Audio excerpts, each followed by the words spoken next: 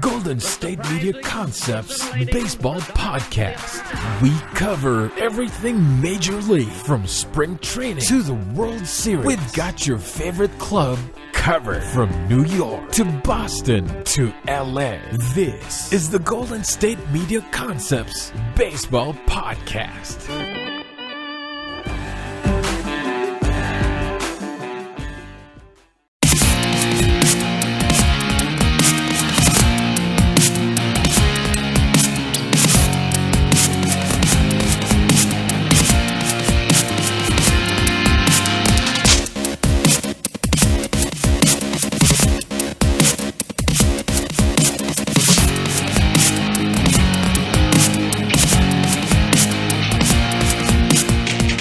Thank you for tuning to the Golden State Media Concepts Baseball Podcast, where we discuss and recap the latest news of Major League Baseball. As always, I am one of your hosts, Jeremiah.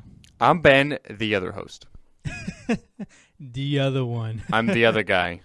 The other guys. Have you seen that movie, The Other Guys, with Mark Wahlberg and Will Ferrell? Probably more times than you can count. That is one of my favorite movies. It's like one of those movies where you can, like, say if you're watching cable, right? And then you see it on like FX and you catch it in the middle. I am tuned into that movie. I can't watch movies on TV because they're not the full version. It bugs the crap out of me. So if I'm not watching them like on HBO or like on my computer, like the full theatrical version, then I just can't do it. Yeah, no, what I was saying, like, you know, when you're watching cable and then like you see those movies, like a movie you watch majority of the time, so you don't really care like what sequence you catch it in. Like, say if I see The Other Guys or Step Brothers on FX, I'm probably going to tune in to the movie if I'm doing absolutely nothing and I'm absolutely bored. And if I catch in the middle, I'm probably going to finish the movie. Yeah, I can't do it unless it's the theatrical version. It used to bug me. I'm not going to lie, though. It still bugs me that the, movies on television, it's not the full one. But, yeah, and they cut out so many words, too. Yeah, exactly. That's the reason I can't do it, But speaking of The Other Guys, that's actually not a bad transition there. Because what's the baseball team they talk about in The Other Guys? Where are they from? They're from New York, man. And they talk about the Yankees. Yes. Which is what we're going to be talking about here in the first segment of the show. Yes, definitely. The baby Bombers have literally helped the New York Yankees stay in playoff contention. Can you believe it, Ben? We are talking about the Yankees possibly being a playoff team this year. It is very amazing. I did not see this team at all competing as a playoff team. But, they're getting great things from the young guys. And they're older veterans that they have meshed so well together. Joe Girardi has done a really good job managing both groups on this team. Yeah, absolutely. The team's playing great. Out of their last 10 games, they're 8-2, so you can't really complain about that. 8-2 out of 10 games is definitely a great. You're winning a lot of series. It's just that they haven't done it all year long, and they're battling. I'd say the AL East is the best division in baseball. You have the Red Sox, the Blue Jays, the Orioles, and the Yankees, all separated by only 4 games, and they're all battling for wild card spots and the division. The Yankees and the Tigers are only 2 games out of a wild card spot, and the Blue Jays and Orioles hold those 2 wild card spots. So you have 4 teams from the AL East within 4 games all battling for 2, maybe 3 wild card spots. It's crazy to think about. Yeah, it is crazy. And the Yankees are actually tied with the Tigers with 2 games behind the Baltimore Orioles and Toronto Blue Jays. So we do agree that there's going to be 3 teams in American League East that are going to be in the playoffs. If you would have asked me, like, if you would have told me 2 months ago that the New York Yankees would have been 2 games behind the wild card race, I would have been like, Ben, no, no, there's no way. If you would have told me that, I would have been, I wouldn't know if I would have took you serious. But, exactly. but we can't write them off anymore. You remember, we write so many teams off on this show.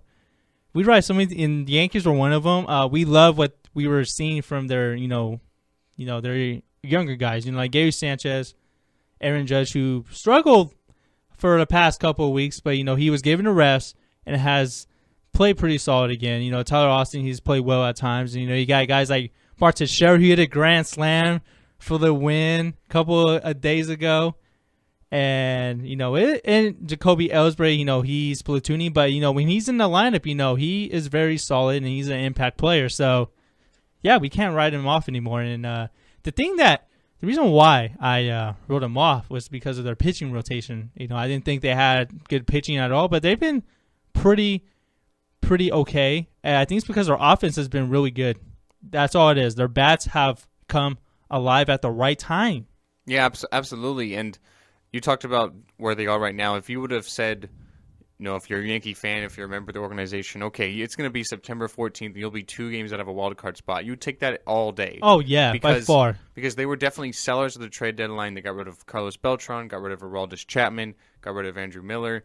They got rid of a lot of great guys to build and sort of build for the future, get a lot of younger guys, and not even really compete this year, but they are doing that. They are competing this year, and that's what I find astonishing, is that they're getting so much production from these younger guys. They kind of remind me of the Cubs of 2 years ago leading into last year. So much young guys looked as like a year away, and then they really exploded last year, and obviously now they've taken it to a whole new level this year. I think the Yankees can be that team next year. Speaking of Aaron Judge, you're talking about him. He is going to have an MRI. He has a right oblique injury, which could really hurt him as they go down. I forgot to mention that, yeah. That's okay. But as they go down here in the last couple of weeks, but, you know, you talked about Gary Sanchez, Aaron Judge, all the young guys, really helping them. But there is something else that might be helping them. What is that, Ben? Tell the listeners what it is. That would be the Pigeon power. So Judge is calling it, saying, you know, they're fueling us. The Pigeons are really fueling us. Now they're joining out him in outfield. He goes, I don't mind them. There's dozens of them that come out and descend on us. It's a little company out in the outfield. It's kind of a little superstitious. Think about this. You have the rally monkey with the Angels. You got the rally mantis in Kansas City. And then you have the rally squirrel with the Cardinals. Yes. So now you have the rally pigeon power with the Yankees. You know, the Pigeons, like, they've been going out there a lot recently, like flocks of them. Like some dozens and dozens, like 85 to 100 pigeons out there in the outfield, just chilling out there. A lot of them are trying to, like, eat the seeds of the grass, you know, just, I don't know, a little superstition there. I love hearing about these superstitions in baseball. It is, I love hearing about it, you know, because baseball is a superstitious sport, you know, historically. Like, I remember a superstition that I've heard is that, you know, typically when you're a baseball player and your hat gets dirty, you do not wash your hat at all. Because that is bad luck. Well, of course, you're going to wash your jersey because, you know, you got to keep it clean. But your hat, no, you can't clean that at all. So, yeah, it is funny to hear about these superstitions in baseball. And I love, you know, the pigeon rally or, you know, when, you know, they got a thing called the rally caps. Right, I know you that flip them you flip it, out. yeah. You know, that's a thing that the fans do. It's a tradition. So I like it. You know, it's a little fun little story about the, you know, the Yankees, you know, and I don't know if it. And then there's another one that I saw. There's this little girl on the Mariners broadcast. I forgot the team they're playing, but like she was eating cotton candy, which is full of sugar, and she was all hyped up on the sugar rush, and she made this face like she was like excited, and all the crowd got behind her. Since she was on that broadcast, the Mariners went 5-0, and I was like, wow. I've seen crazier things. Wow, man. I mean, I've seen crazier things. Stuff like that happens. Think about all the superstitions with hockey. You have playoff beards. You have throwing the hats for the hat trick on the ice. You have the octopus on for the Red Wings. You know, so I mean, I've seen crazier things. I'm a pretty superstitious guy myself, coming from a sports background. So I'm with them. You know, the power of the pigeon out in New York. You know, they're everywhere out there. So Aaron Judge is a believer. Yep, but getting back to the Yankees' playoff chances, do you honestly see the New York Yankees making a postseason run? Do you think they can be a playoff team this year? I really don't think so. I think there's a lot of things they have to do. Not only do they have to play good, but they have to have other teams play bad in front of them. You know, they're not getting chased. They're being the chaser. So they have to try and get, you know, you have to have the Orioles, Blue Jays, Red Sox, Tigers all play pretty bad while you're playing good. And for the Yankees, the thing that benefits them is some of those teams are in their division. Like they have a weekend series against the Red Sox, which we'll preview in the last segment. So definitely they have a chance because the Red Sox could falter if they beat them. But it's not just that. They have to have a lot of other teams play bad while they keep playing good. Because they could keep winning, but if the Tigers keep winning, if the Blue Jays keep winning, it does no good. Yeah, and I do think the Baltimore Orioles and the Toronto Blue Jays, they're going to keep winning. And I don't see them, collapsing. I don't see them pulling like a Giants type of second half. I don't see them. These two teams are way too talented. Even the Tigers, they're also really good, talented team. I believe that the Yankees I think they are probably a year or two away from being a really good playoff threat. I honestly think, I love what they're seeing with the young guys. They have a lot of prospects too they can bring up next year, which I think they will. All they need to do is get some pitching. Just need to get some pitching. That's all it is. I agree, and I think over time that'll come. You have a lot of the young guys. You have to just kind of develop them. You seem like you have a good, strong core with your hitting with these young guys. So I think they'll be okay. I think just a year away. I would expect big things next year. Yeah, and I do agree with you what you said earlier. I honestly think they are the Chicago Cubs of the American League because, we saw what the Cubs did last year. We thought the Cubs were a year away last season, but they were actually a year earlier. So we don't know. Maybe I'm not saying that the Yankees are going to make a run to the World Series next year. I'm just saying I think they can possibly be a playoff team next year, but I do think they're 1 or 2 years away from being a legit contender in the American League and in this division because the Boston Red Sox, they're not going to go away anytime soon. They got young guys there that can hit, and I don't see the Orioles going anywhere, and I don't see the Blue Jays going anywhere. So this is going to be a fun division to watch next season and the year after that. So it is going to be something to watch. But we got to take our first break. Yes, we do. Yeah, we will take our first break here at the Golden State Media Concepts Baseball Podcast, and we're going to get into some news out of the National League Central. That's right. We'll come back at you guys with some news right after this break. Tired of searching the vast jungle of podcasts? Now listen close and hear this out. There's a podcast network that covers just about everything that you've been searching. Hey! The Golden State Media Concepts Podcast Network is here. Nothing less than a podcast bliss with endless hours of podcast coverage. From news, sports, music, fashion, cooking, entertainment, fantasy, football, and so much more. So stop lurking around and go straight out to the Golden State Media Concepts Podcast Network. Guaranteed to fill that podcast itch. Whatever it may be. Visit us at www.gsmcpodcast.com. Follow us on Facebook and Twitter, and download us on iTunes, SoundCloud, and Google Play.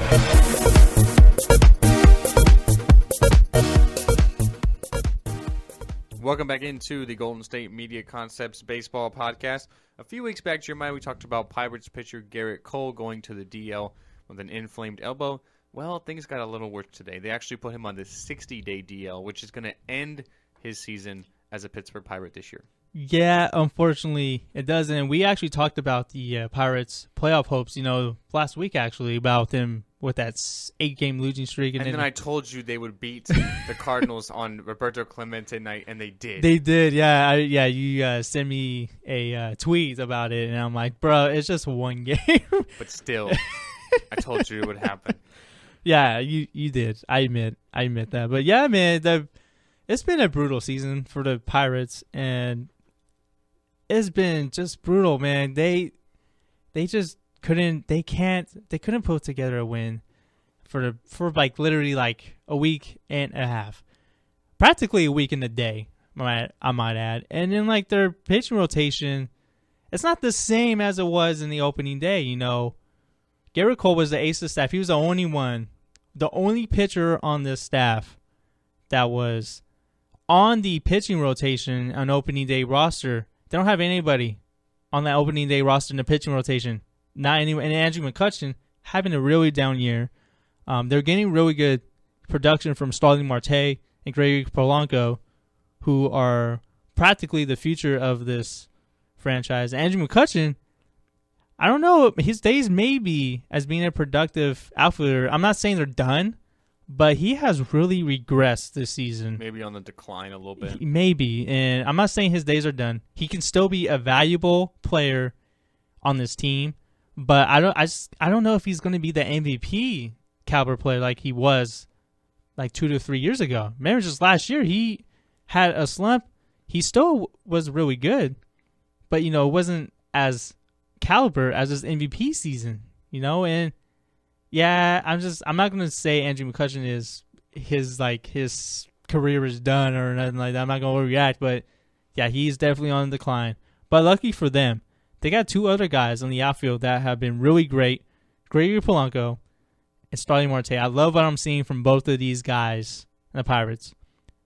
And in the pitching rotation, they need help in that rotation with Gerrit Cole. Gerrit Cole, as the ace of the staff, he hasn't even looked like an ace at times. Yeah, this with going to the DL now, he's finishing his season, so he'll be 7-10 with an ERA of 3.88 in 21 starts. So that's actually his worst season of the 4 Major League seasons. He didn't really just seem comfortable all year, so maybe he was dealing with this injury a lot longer than we thought or was reported. Maybe he was kind of dealing with a nagging injury all year. No, he went on to say that there were some times where he was close. There were some few highlights along the way, but it was really a struggle. He talked about how disappointed he is and there's just not enough time to recover. I want to be out there to help the team. That's the one thing I've been fighting for all season, to trying to be able to contribute to our ultimate goal. It's unfortunate that we ran out of time. So the Pirates were doing okay, but then really just within last week they had the 8-game losing streak. Gerrit Cole's injury, the best pitcher on the staff, not there now. So yeah, I think really what he just said is best. They kind of just ran out of time and wasn't able to get it done at the end. Yeah, and this was, on paper, this was his worst season. This is coming off of a year that he won 19 games last season. So it is amazing how he regressed from having his best year to now his worst year. I do expect Gerrit Cole to come back strong next season as the Pittsburgh Pirates ace. And I actually expect the Pirates to probably contend for a wild card spot next season. I don't think, because with the Cubs and the Cardinals in the division, it is hard for me to see them compete in this division until their pitching gets better. But I do think they can be a playoff team next year, because obviously they're not going to be one this year. They're 5 games out, 6 games out. It's hard for them to do that at this time of the year. Yeah, not much games left. I think their season's done. And you mentioned he was 19 wins last year. He had 8 losses. He had an ERA of 2.6. He was 4th in the NL Cy Young voting. So definitely a capable pitcher. I think next year he'll sort of have a rebound year, as you said, if he can stay healthy. Just an inflamed right elbow, nothing really structurally wrong. Not going to need any serious surgery. I'm sorry. So really just like rest and relaxation. He has until March, April to kind of get ready. So I think he'll be okay. Yeah, and I think he will be okay. But just to put Gerrit Cole's season in perspective, his last win was on August 2nd versus the Atlanta Braves. But after that, he didn't win a start at all. The Pirates didn't even win a single game in any of his starts after that win against Atlanta on August 2nd. They just couldn't compile a win together. And, he started off pretty bad too, in a way. He started off the season with 2 straight losses. Did get 2 wins after that. He had a great month of May. But after that, it just kind of fell off, because he did miss a couple starts in June. And then as soon as June hit, I don't know, he just wasn't the same pitcher as it was last year.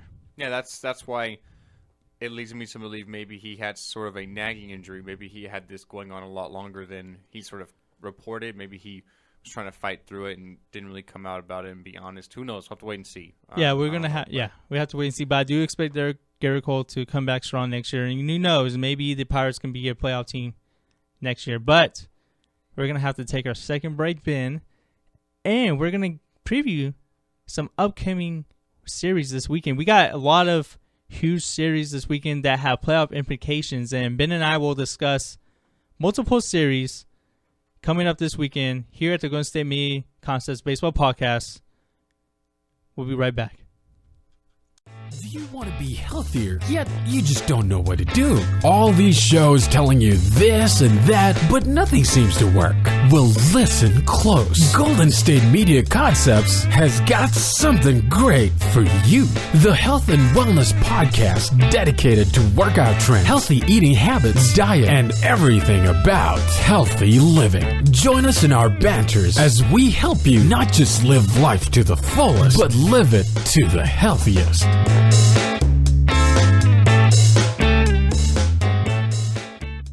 All right, welcome back to the Golden State Media Concepts Baseball Podcast, and Ben and I will discuss some upcoming series this weekend that have a lot of playoff implications. There's 3 I had my eye on, and I was looking at the schedule. Which ones were you looking forward to, Ben? Oh, I definitely think we're looking at the same 3. You have New York and the Red Sox, you have the Tigers and the Indians, and then you have the Giants and the Cardinals. But, I mean, there's definitely some other series that are really important. I think the Blue Jays have a really easy series this weekend. They're going up against the Angels, currently in last place. A team that needs to sort of rebound on a bad week and kind of build their way back up to try and battle. It seems like every week we do the show, there's someone new leading the AL East because they're all because they're all so close. So the Blue Jays definitely need to continue winning games. They are currently in the wild card spot, have a 2-game lead, but they still need to try and win games. Obviously, they're still aiming for that division. So I think that's a very, very big matchup and an easy matchup for them. And I think also the same goes when you look at the Orioles. They're playing against the Rays, a team they know in their division, currently in last place. So another big series. I think they got an easy weekend series, those 2 teams, and really big if they want to try and win the division and stay in the wild card spots. Yeah, and I want to get into the Giants and Cardinals series. You know, the Giants blew a 4-1 lead, I think on Tuesday against the San Diego Padres at home on a 3-1 home run in the 9th inning. And I don't know what this bullpen just worries me. And I do think because the Giants are a half game up of the Cardinals in a wild card series. So if they win at least 2 games, that is huge. I don't know if they're going to win 2 games, but if they happen to win 1, that's even bigger too. That's a win in this series is great for the Giants. Absolutely, for both teams. I think whoever wins the division is the series is definitely going to be sort of looking at better situations. The Giants are the home team this series, so I think that definitely gives them a benefit of the doubt behind the home crowd, getting that home crowd cheering. So I think it's definitely going to be a big series. And I mean, just look at the 2 teams. This are teams that just model of consistency all along. Think about when the Giants beat the Cardinals, come from behind in the series in the playoffs a couple of years back. So definitely Cardinals are looking to get some revenge this year. Yeah, and we got a good pitching matchup to start off this series on Thursday. Adam Wainwright versus Johnny Cueto. And Johnny Cueto has probably been the best pitcher in this rotation. This is a rotation that has Madison Bumgarner and Justin Samardzija, even though Samardzija has struggled at times. That's a pretty good big three combination in a rotation. So that is probably the best pitching matchup in this series. And then on Friday, you got Luke Weaver and Matt Moore. And remember, Matt Moore had 11 strikeouts. He had 11 strikeouts in his last start. So after having that near no-hitter in L.A., he did struggle in his next start. But guy came back, got 11 strikeouts.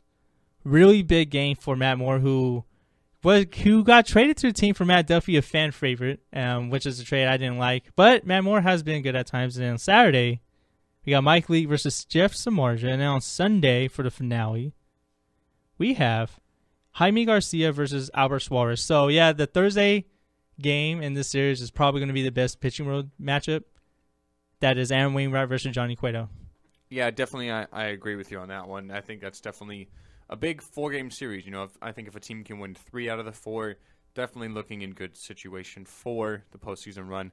The series that I have most eyes on, and of course, anytime they're playing, everybody's paying attention because it is one of the biggest rivalries in baseball, is the New York Yankees going into Fenway Park to face the Boston Red Sox. Talked about the Yankees in the first segment, how they're playing so well, still in that wild card sort of battle, only 2 games back. And then the Red Sox leading the division and kind of I'm not going to say pulling away, but have a little gap of 2 games, which you haven't really seen in the last month or two. A team sort of get up by at least 2 games. It's been really close all along. So this is a big series for both teams. If the Red Sox can sort of win this series, get 2 out of 3 maybe, or I'm sorry, out of 4, so maybe get 3 out of 4, I think they'll definitely look a lot better if they're trying to build for that division crown.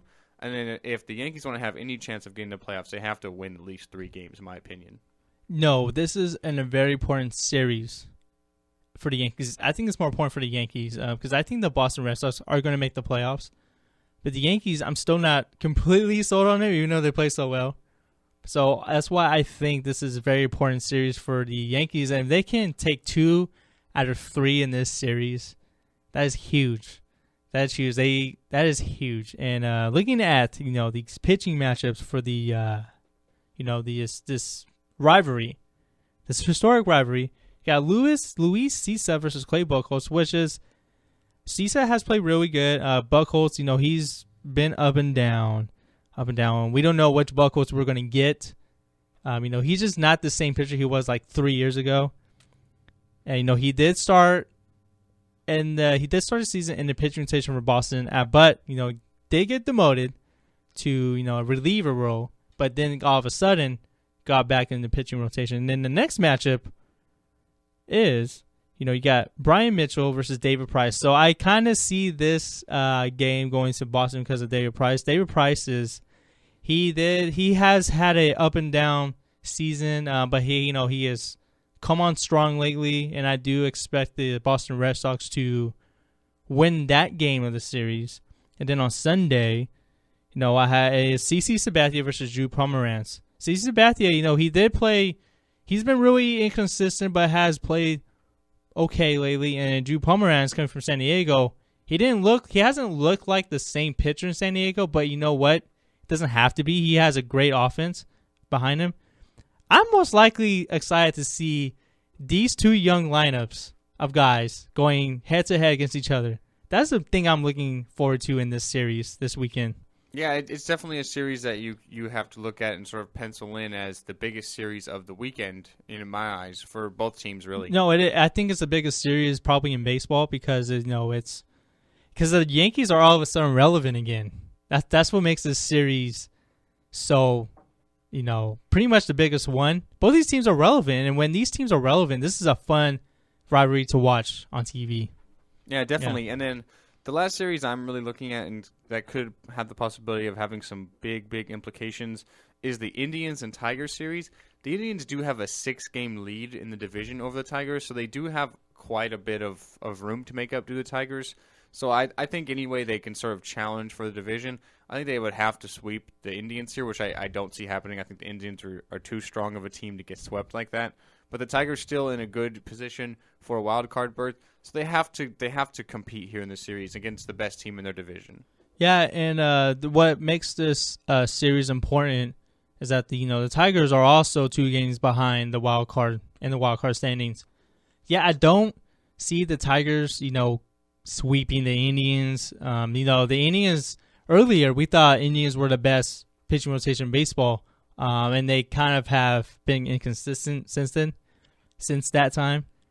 But this is a huge series for Detroit if they want any shot in the playoffs.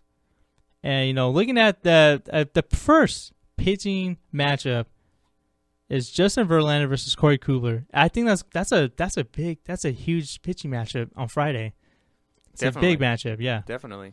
Yeah, and then on Saturday, the pitching matchup, Daniel Norris versus Carlos Carrasco. So Daniel Norris, he's a young guy. He coming from the Blue Jays organization. He has struggled also in the big leagues, but Carlos Carrasco, I do expect him to have a big game. I always expect the Indians pitchers to always have a big game. That's just how good they are. And then for the finale is Matt Boyd versus Trevor Bauer. So Trevor Bauer he's been really dominant at times, but then he's inconsistent. Kind of worries me a little bit about Trevor Bauer. It really worries me a little bit, but who knows? I see the Indians winning 2 out of 3 in this series. If whatever the Yankees do against Boston or the rest of the American League East, that is important for the Tigers because remember they're also chasing, the Orioles and Blue Jays, even the Red Sox too. We can throw the Red Sox in there in the wild card because I know they're leading, but that race is so tight. There's always like a new division leader every day, like you previously said earlier. Right. So, yeah, this is a pretty good weekend of baseball ahead of us. Yeah, I definitely think there's 3, 4, 5 matchups that could have really serious implications depending on how teams do. It's definitely a great weekend. It seems like baseball always has great weekend series. So yeah, and then leading into next week, you have a Giants and Dodgers series that's going to be big as well. That's huge for both teams. Definitely winding down here in the last couple of weeks. It seems like every series counts. Every series matters now. Every game is matter. We are in crunch time, Ben. We are in crunch time, but unfortunately, we have to end the show. Unfortunately, we do. We do. But you know what? If you guys can't get enough of Ben and I together as a team, remember we do the football show every Friday.